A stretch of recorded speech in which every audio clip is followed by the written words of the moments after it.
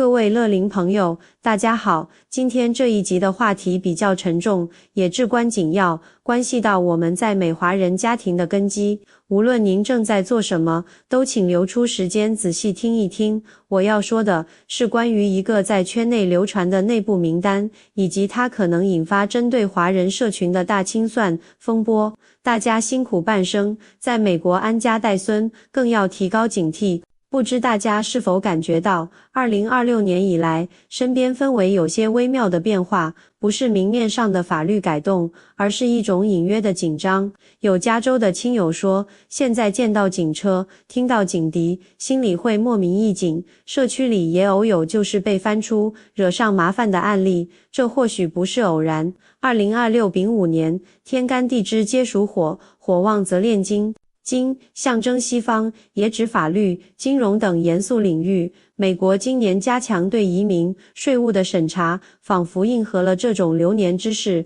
而最近传出的移民局内部名单，更是将紧张推至高点。虽无官方证实，但无风不起浪。据移民案件朋友透露，现在的审查逻辑已变，不再只看当下，而是用技术串联起过去10年、20年的生活轨迹，追查历史上曾有瑕疵的人。传闻名单圈定了6类风险极高的华人群体。今天我就结合风声与公开案例，为大家剖析这6类情况，希望大家对照自查，有则补救，无则小心。这第一类，也是最普遍的一类，就是那些历史上有过不实陈述的朋友。这话说得比较委婉，说白了，就是早年为了身份，在申请材料里动过手脚的人。比如很多年以前，有些人听了不良中介的忽悠，编造了庇护故事，或者为了办工作签证、职业移民，夸大甚至伪造了工作经历、学历证明。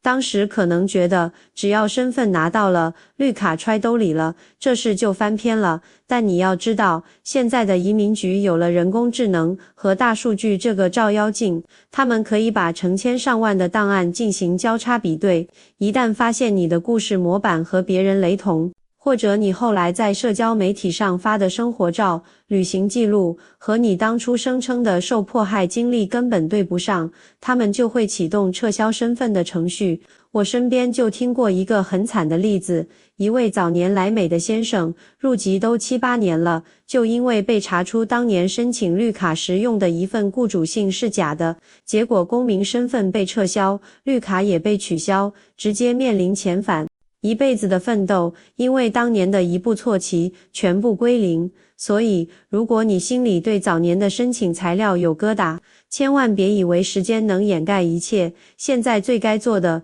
是去找一个可靠的移民律师做个评估，看看有没有补救或解释的空间。这第二类是那些身上背着看似了结的轻罪案底的朋友。咱们中国人常说人非圣贤，孰能无过？年轻时可能因为一点小事，比如打架斗殴、小偷小摸，甚至是家庭纠纷被报了警，留下了一个犯罪记录。当时可能认罪，交了罚款，做了社区服务，就以为案子彻底结束了，生活重回正轨。但在移民法的眼里，这些记录永远不会真正消失。特别是涉及道德败坏的罪名，比如盗窃、欺诈、家庭暴力等等，在移民官看来，这是对你个人品行的否定。以前移民局案子多，可能没精力去翻这些旧账，但现在不一样了，他们的目标之一就是清理积案。如果你在更新绿卡、申请入籍，或者哪怕只是在海关入境时被随机抽查到，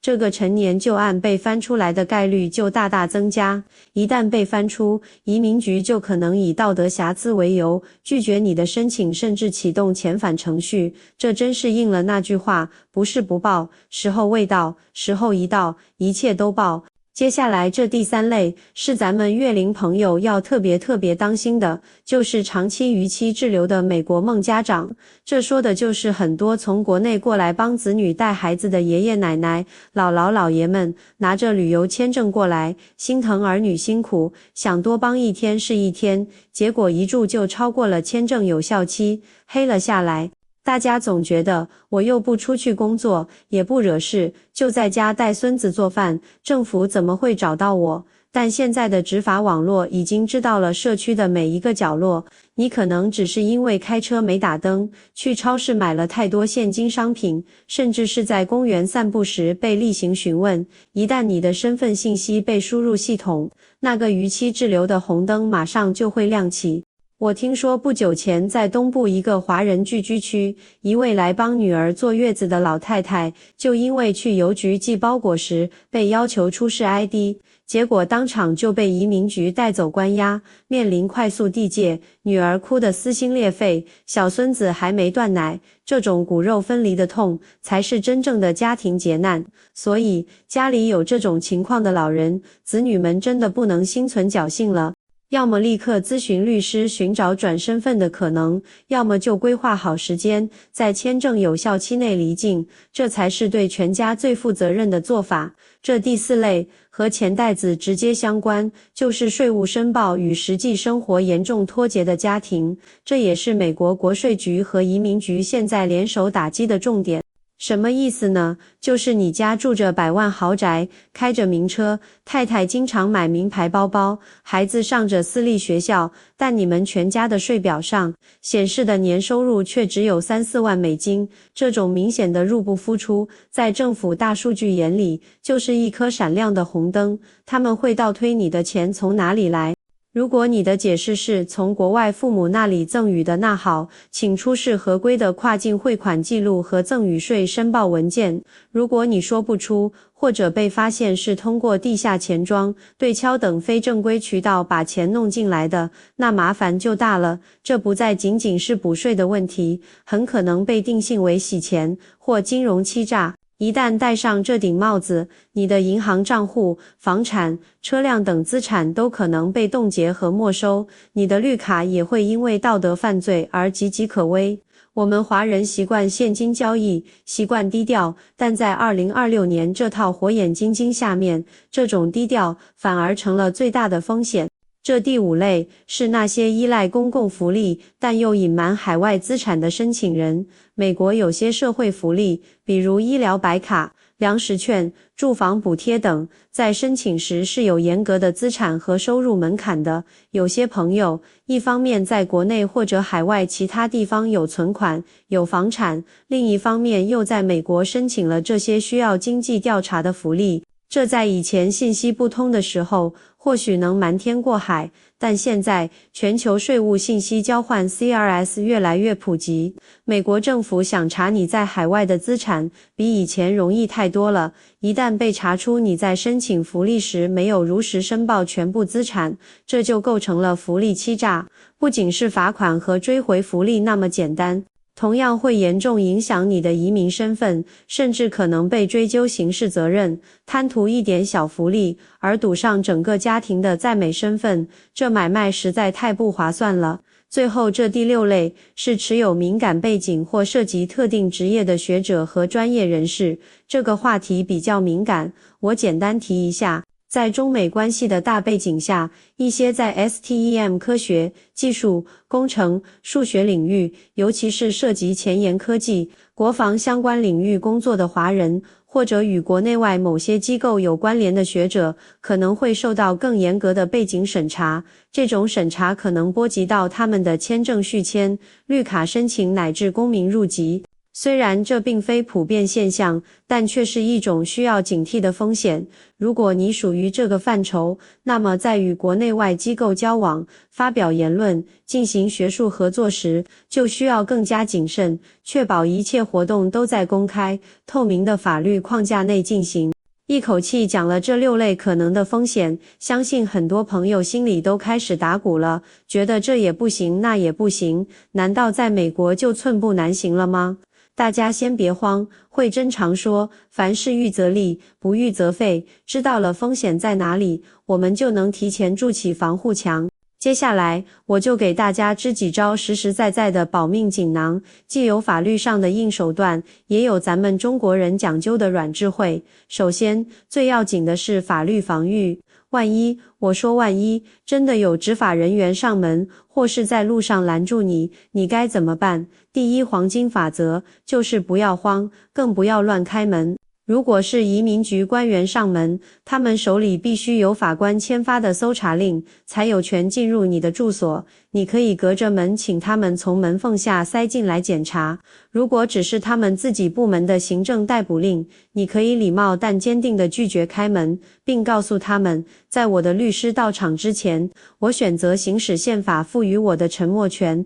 不回答任何问题。这句话非常重要，一定要记牢。在街上被拦下，同样保持冷静。除了出示身份文件，如果有合法文件，不要多解释任何关于你出生地、移民 status 的问题。反复说我需要我的律师。切记，绝对不要在任何你不完全理解的文件上签字。特别是所谓的自愿离境同意书，一旦签了，你几乎就失去了所有上诉和辩护的权利。其次，咱们聊聊玄学安防。2026丙午年，火气旺，容易引发冲突、官非和呼吸系统问题。从家居风水角度看，家里的西北角代表男主、事业、靠山和正西位代表口舌，法律今年要特别注意。这两个方位切忌堆放杂物，安装红色或尖角的物品，更不宜动土装修。可以在西北角摆放一个金属的葫芦，或者一座铜制的文昌塔，